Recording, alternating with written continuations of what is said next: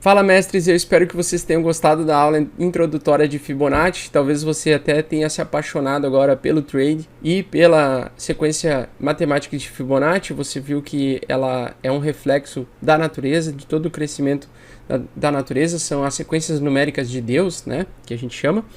E essa é uma das aulas mais importantes para você saber traçar a retração de Fibonacci no gráfico do Bitcoin.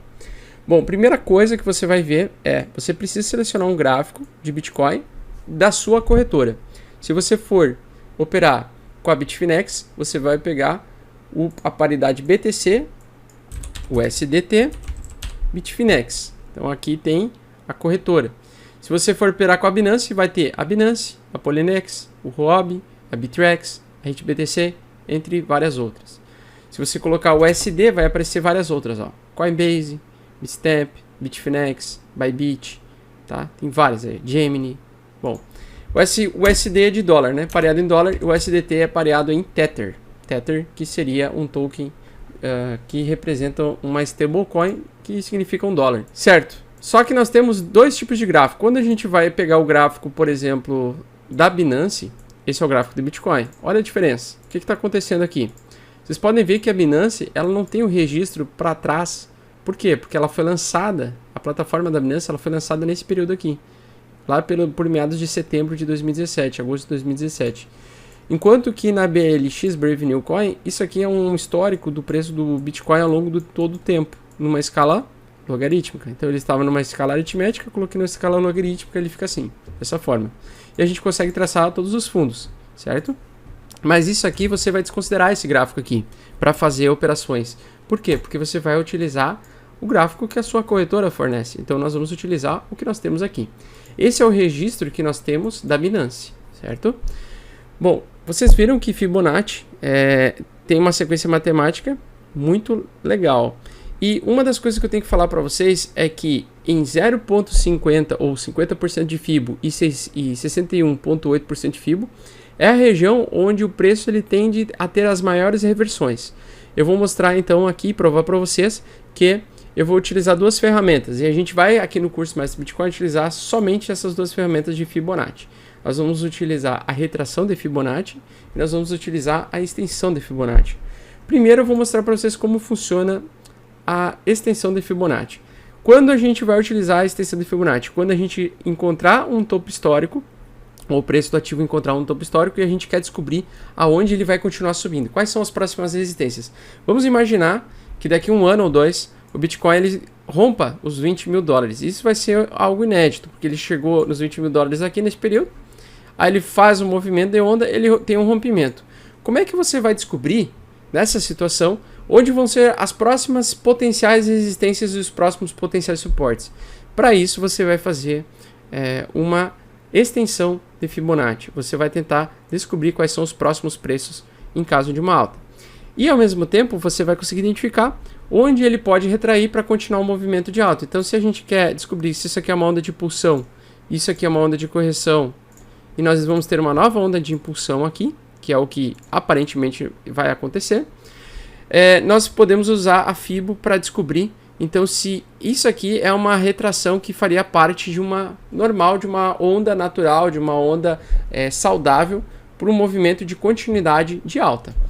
Dessa forma, a gente vai então utilizar a extensão de Fibo. Então, para você marcar a extensão de Fibonacci, clica com o botão direito aqui, no segundo símbolo, Trend Based Fib Extension, ou Fibonacci, extensão de Fibonacci. Selecionando a ferramenta, você vem aqui embaixo, então no preço mais baixo que você tem localizado no gráfico que você está operando, da corretora que você está operando, vai ser diferente, tá? Dependendo das corretoras.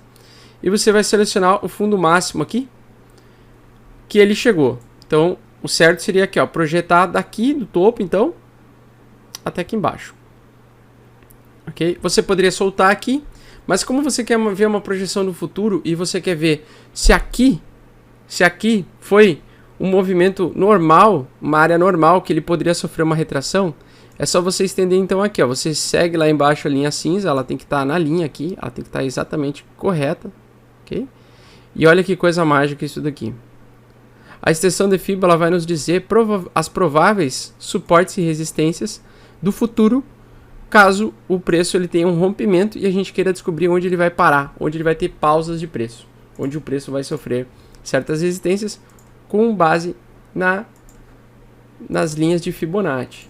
Então, nas linhas matemáticas de Fibonacci, as resistências traçadas em caso de rompimento dos 20 mil dólares nos próximos anos são 19 mil dólares, então, é onde seria o nosso start. Se o preço ele voltar a subir e tiver uma onda, nós vamos ter aqui, ó, vai subir, vai tocar lá nos 30 mil dólares em um determinado momento, vai voltar para os 20 mil dólares. 20 mil dólares vai ser um suporte forte agora, vai voltar lá, os 47 mil, volta para os 30 e assim vai. Tá? Então essa seria uma onda de projeção e aqui seria um valor mais alto, então 75 mil dólares por unidade, 74 mil, numa projeção matemática utilizando sequência de Fibonacci, pensando que isso aqui seria uma segunda onda de impulso.